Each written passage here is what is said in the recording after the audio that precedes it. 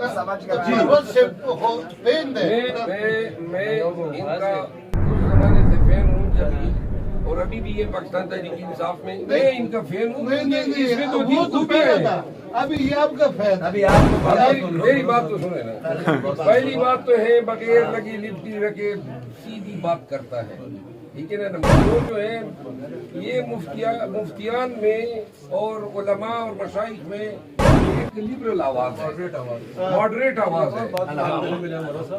اور ایک اور بات دوسری بات یہ ہے کہ بیسیکلی ان کی جتنی ویڈیوز آئی ہے نا اس میں بیسیکلی لوگوں نے ان کو وکٹمائز کیا ہے,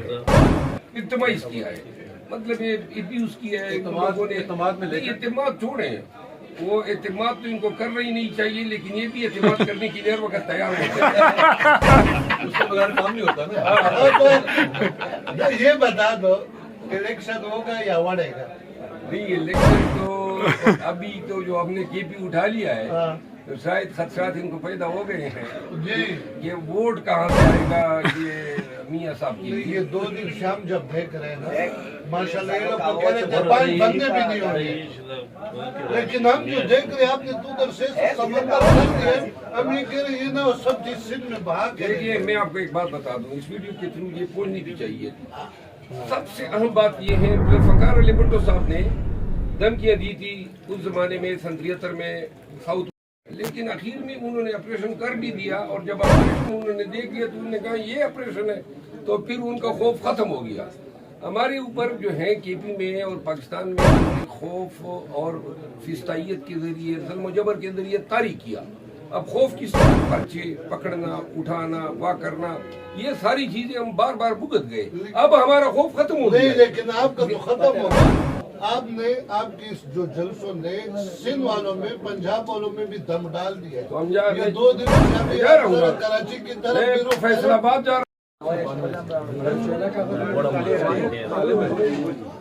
مدینہ سے عربی سیکھی ہے, اور جو آدمی عربی بولتا ہو, پڑھتا ہو اور لکھتا ہو وہ قرآن اور حدیث کو صحیح بیان کرتا ہے. ان کی قابلیت میں تو کوئی شک نہیں, انڈاؤٹڈ. اچھا جی سر. میں اس وقت اپنے خاندان کی طرف سے اپنے سے میری خانقاہ سے لاکھوں کی تعداد میں مریدین ہیں, ان کی طرف سے میں اپنے بھائی محترم مروت صاحب کا نہایت صمیم قلب سے 2 حوالے سے شکریہ ادا کرتا ہوں. ایک تو یہ جو انہوں نے نعرہ دیا آرمی زندہ باد, انہوں نے ترجمانی کی ہے پاکستان تحریک انصاف سے وابستہ ہر بچے کی, ہر نوجوان کی, ہر بزرگ کی. پہلے تو انہیں میں خراج تحسین پیش کرتا ہوں. دوسرا انہیں باضابطہ دعوت ہے کہ ملتان میں یہ تشریف لے آئے. اگر میری دعوت پہ تشریف لائیں گے تو جس MNA کے حلقے سے میرا تعلق ہے الحمدللہ آج تک جس کی میں نے تائید کی ہے وہی وہاں سے MNA مقرر ہوا ہے. انشاءاللہ یہ تشریف لائیں. ان کو میں دعوت دیتا ہوں کہ میرے تعاون میں آئے, میرے خانقاہ میں آئے. انشاءاللہ بہت عظیم الشان ان کا استقبال ہوگا, اور میں انہیں یہ دعوت دیتا ہوں کہ یہ بہت جلد ملتان تشریف لے آئیں. میں مفتی صاحب کی دعوت قبول کرتا ہوں, اور پہلے سے اعلان کرتا ہوں میں جدھر چلا جاتا ہوں وہاں ان میزبانوں پہ بھی پرچے ہو جاتے ہیں.